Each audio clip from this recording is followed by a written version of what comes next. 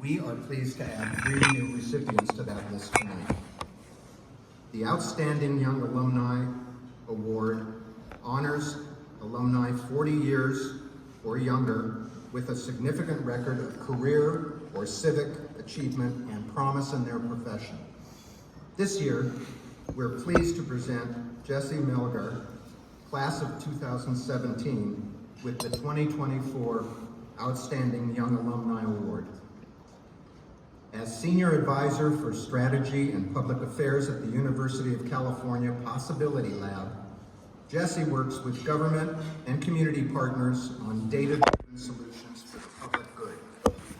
Jesse is also a California Volunteers Commissioner and founder of the Cielo Fund at the Inland Empire Community Foundation, which has raised more than $1 million to support Latino-led and serving organizations in the region.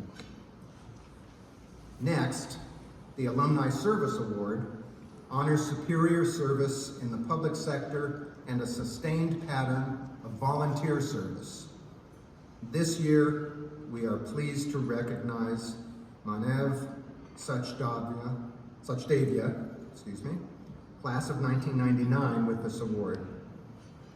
Since 2017, Manav has worked for the United Nations in several capacities, including as a senior analyst and program specialist for Asia Pacific and Arab states, and as senior advisor to Afghanistan UN Women.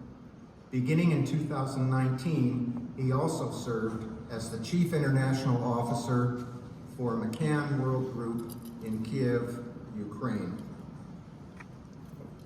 Finally, the Distinguished Alumni Award is the highest honor awarded by the UCR Alumni Association. It is based on national and international recognition of an alumnus's work within their field, yielding widespread impacts. This year, we are pleased to recognize Christy Lopez, class of 1990, as our 2024 award recipient. Beginning in 2017, Christy joined the faculty at Georgetown Law as a professor of practice, where she now teaches courses on criminal justice. She previously served as a deputy chief in the Special Litigation section of the Civil Rights Division at the U.S. Department of Justice. There, she led investigations of police departments and other law enforcement agencies to ensure constitutional policing. In 2016, Christy received the Flame Award by the National Association for Civilian Oversight of Law Enforcement for her long-term commitment to police accountability and civilian oversight. And in 2015, she earned the Department of Justice's highest employee honor for her work leading the Ferguson Police Department pattern or practice investigation. Please join me in a round of applause for all 3 of these outstanding highlanders.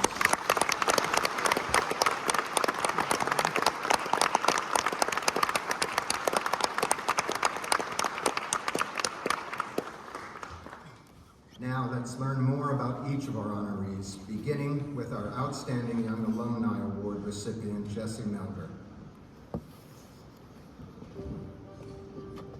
I've been really fortunate in my career to work for some of California's top leaders in state government and to work for some nonprofits and do some personal work in philanthropy, really uplifting communities, particularly those often pushed to the margins. I was Communications Director for Equality California. I was Communications Director for the Latino Legislative Caucus in the State Senate. I served as a Deputy Secretary of State overseeing communications for the California Secretary of State's office, and Alex Padilla, who's now our Senator. And I had the privilege of serving in crisis for Governor Gavin Newsom as his Communications Director and Press Secretary. Now I work at the University of California Possibility Lab, where I advise state departments and agencies on innovations that improve the public good. Regardless of the jobs that I've had throughout my career so far, they've taken me to LA, to Sacramento, and other parts of the state. I've always maintained a strong and close tie to the Inland Empire. It's a region that is growing. It's on the cusp of really, having transformation that's impacting the state and nation. And so what I've tried to do since I've left government service is to really, step up my volunteer service. So I was proud to join the Inland Empire Community Foundation as vice chair now to really advance some of the the work that we're doing locally to empower our nonprofits. So we are a grant-making body. We support nonprofits in Riverside and San Bernardino counties.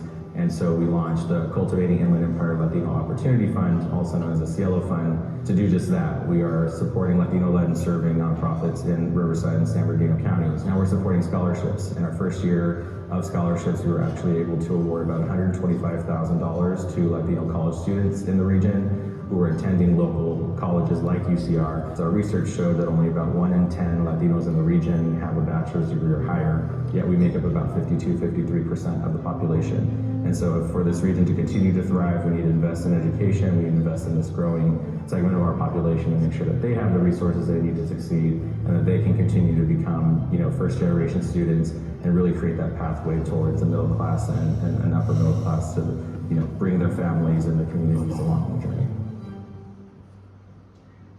Hey everybody, it's Governor Gavin Newsom here, and I just want to say congratulations. Congratulations, Jesse. For 2.5 years, you served in our administration. You served the people, most importantly, of the state of California. And you served during some of the most challenging times in our state's history, from historic wildfires to large bankruptcy of the largest investor-owned utility in the United States, calls for racial justice, and of course, a once-in-a-generation global pandemic. But Jesse, you truly do embody the California spirit and also the California dream. So Jesse, thank you for all of your service to our extraordinary state, and more importantly, congratulations. This is a really important award in general, and I think to be considered among the folks who've received it is really humbling. I like to think back to when I was growing up in Riverside. We didn't know anyone who went to UCR. Nobody in our family had gone to college. I was the first to go to college in my immediate family. And so UCR kind of felt distant, even though it was like right close by. And so to go from feeling like that as a kid to learning about college, to realizing what it means to get a college education and realizing that your parents are sacrificing so you can do that, and now, years later, getting an alumni award is a really powerful thing for me personally and for my family. And I think it's a testament to how significant a role UCR plays in the community.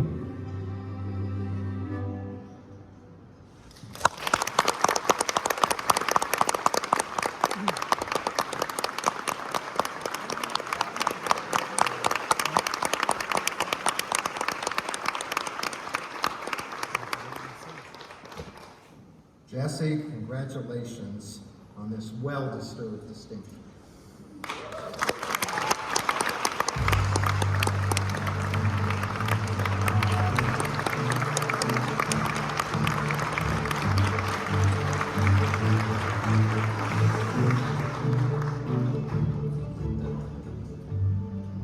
Well, thank you for this tremendous honor. Before I begin, I'd actually like to dedicate this award to a longtime friend and mentor who we lost and we already heard about, but Ofelia Valdez-Yeager, who I met when I was 15 years old as a high school student in North.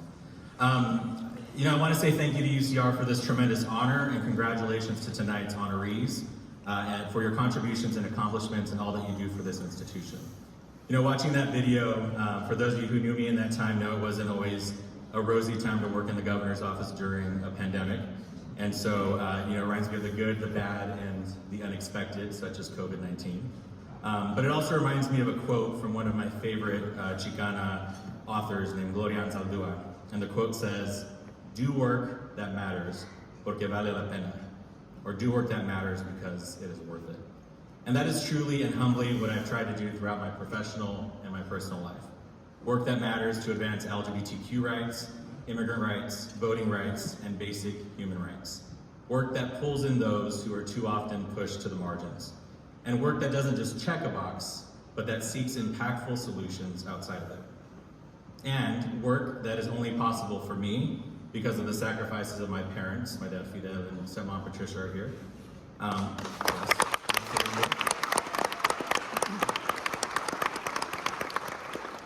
The love of my husband Angel, who is also here.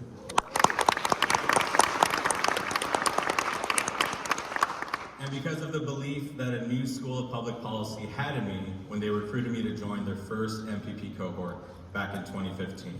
So if anyone's here from the UCR School of Public Policy, please raise your hand. I think we have some students. Thank you for all of You know, I love UCR because we are a mighty, persistent, and idealist bunch. Bold hearts, brilliant minds, as we've been told, is the new slogan this year. Our alumni, 143,000 strong throughout the globe in careers that span the spectrum, they, in their own Highlander way, are also doing work that matters. So thank you, Chancellor Wilcox. Thank you to the Alumni Association for this recognition. It is truly, truly an honor for my family and I, and of course, go Highlanders.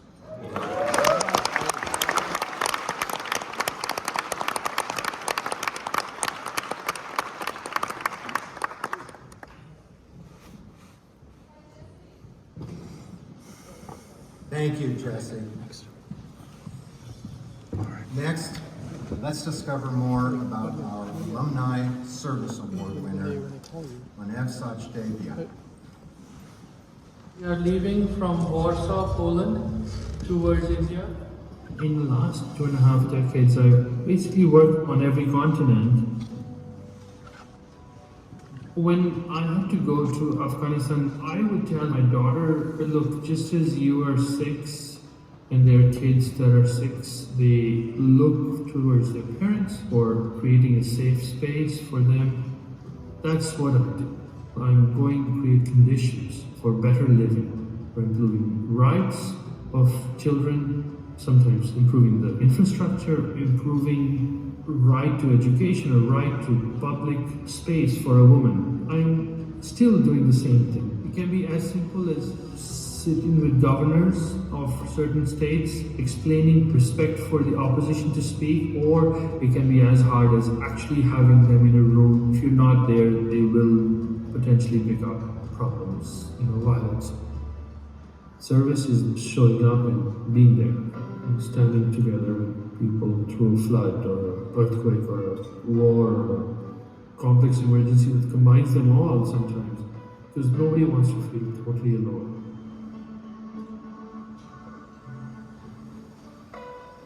My current title as Curriculum Master around the world links back to Riverside. My 2 close friends and roommates were both Ukrainian who had come in for a 1-year exchange program. One of them also became somebody I worked closely with in Ukraine. In fact, he nominated me as an ambassador for a program, in fact, even for this. And they became lifelong friends. I want to show you something. I have right here my dormitory shirt. So, how crazy is that? In Riverside, I did not understand why there are no limits put on me. I could try every major, I could try every class. I just wasn't prepared for the academic playground there was.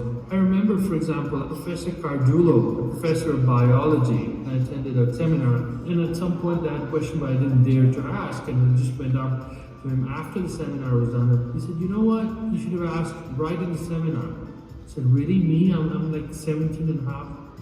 Just the idea of respect for ideas, respect for intellect, respect for inquiry, it just got deeply rooted in my soul.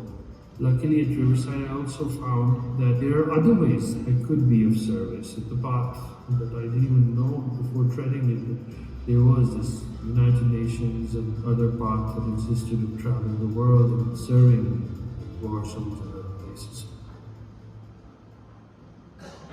I think once one is alright with the idea of service, then one is never without something to give. When one has accepted that one's own self is enough as something to serve with, you've exchanged something of human value. That's the Sacha Sada, as we call it in Punjabi, means a true value exchange. What you get back is endless. From that, I think one gets all the energy to serve.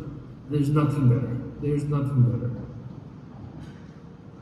It seems extraordinary, having walked the path for 2.5 decades, to arrive at this moment that the service around the world meant something to my alma mater. I cannot tell you how inspiring that is for me to continue doing this work, and it means the world to my family. I'm really moved. I'm thrilled to bits to receive this award, and I thank UC Riverside from the bottom of my heart. Peace and harmony in all the world. Peace and harmony in all the world.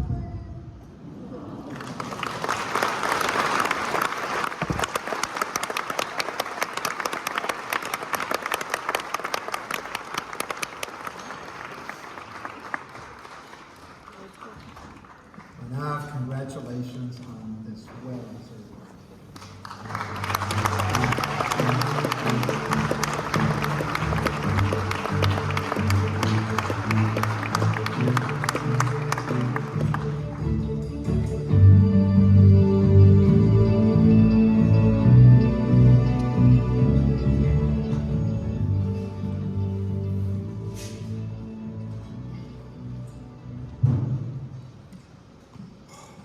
These are hard. God, that's sweet. That was my daughter in the end singing Peace and Harmony. We were in Kyrgyzstan in Osh after the riots. I was working there as seconded from the State Department. Anyways, thank you UCR. Thank you so much for instilling in me that bravery of spirit, the challenge to intellect for my life journeys thus far. First of all, thanks dearest friends and family, my wife you saw, my kids, my brother Gautam right there, my cousins, the Chopras, who have been more family to me than sometimes my own, because they were the ones who brought us to the US 40 years ago, so thank you to that. My dear friend Serhiy, who's my roommate and is in Ukraine and flew in from Ukraine. Could you please stand up for a second, Serhiy?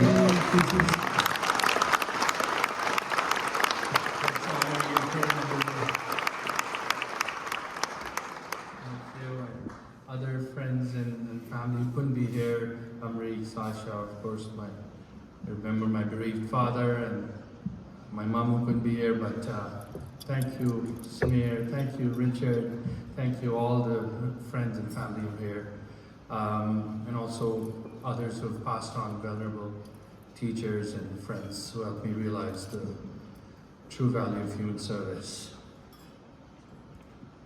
You know, before I reflect on what is service, I want to just take you back for a second to a moment 20 years ago.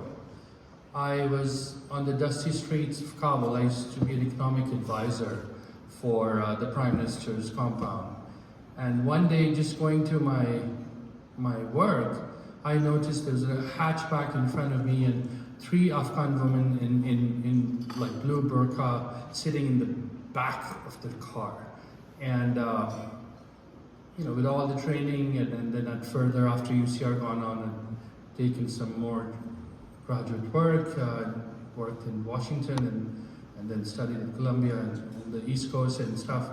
I was thinking I'm great as an economic advisor, I'll contribute. But suddenly I noticed in the back there's 3 women scrunched up in the blue burqa, and then men always sitting in the front. Then I looked around and I noticed that was a common sight. And you know, I started to really question, you know, what am I doing as a economic advisor? I need to focus on women's rights. I need to focus on rights-based approach to life. And that deepened, you know, as a person of South Asian descent, it also deepened for me the idea that service means also being true to yourself. What can you be an example of that leaves life, you know, for people behind? So when I looked around, I noticed there was a common sight there. Women always relegated to the back. So I committed myself to that as a conduit for service for myself as well. And that really, you know, has been very helpful for me as a guiding force for me as a man, for me as a person of service in the UN to keep principles of what is so important in certain parts of the world versus what we imagine as the knowledge that we take behind and what we want to contribute. Sometimes what is needed on the ground is different than what we want to leave as a stamp, right, because of our education. So I just wanted to share that story before I discuss principles of it, because I think that story that is important.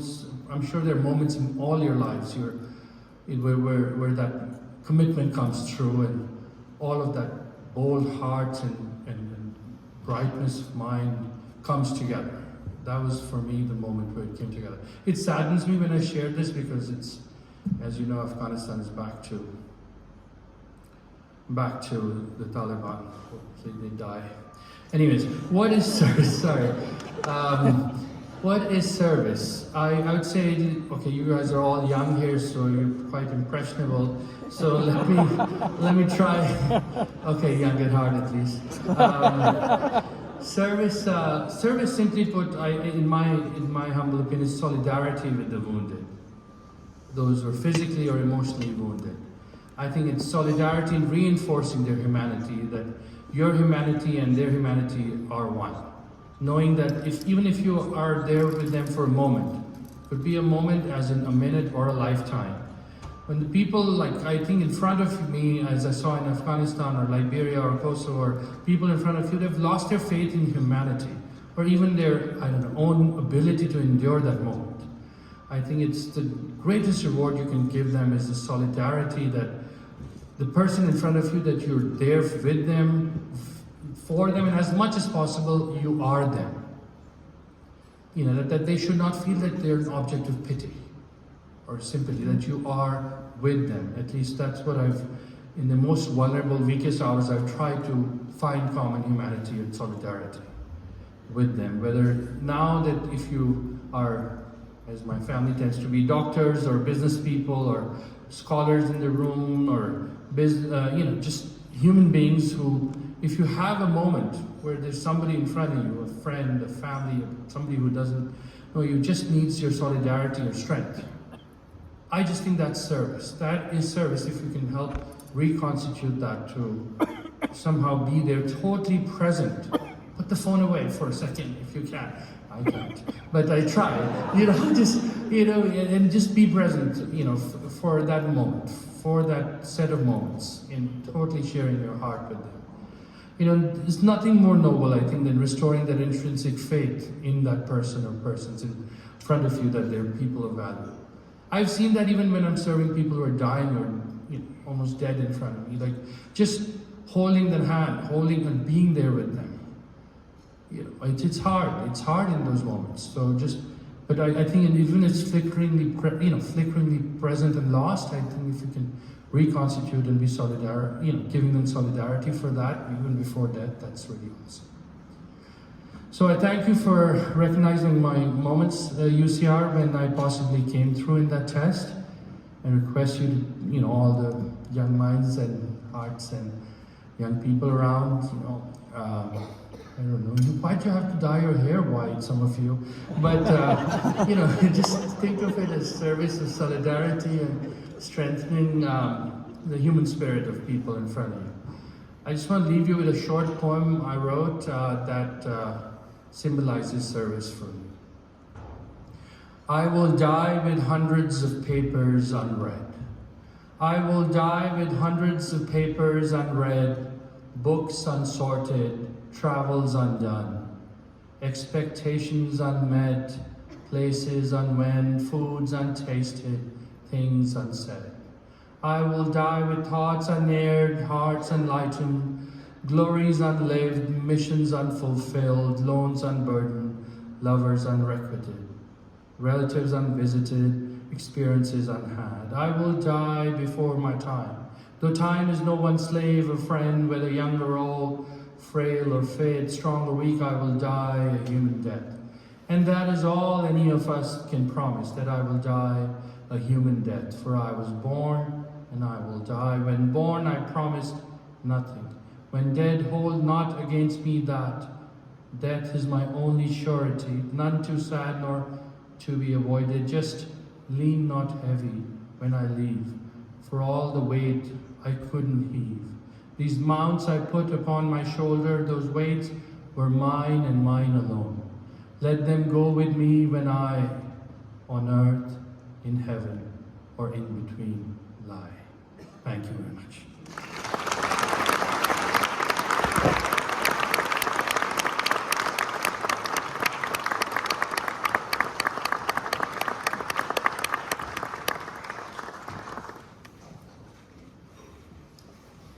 That was an amazing poll. Thank you, Manav. You know, I told my boss I was giving Christy Lopez this award, and I told him about her, and I said, look at this. In less than 20 years of legal practice, she's accomplished more than I have in 45. And he was very encouraging to me. He looked at me and he said, you might still have time.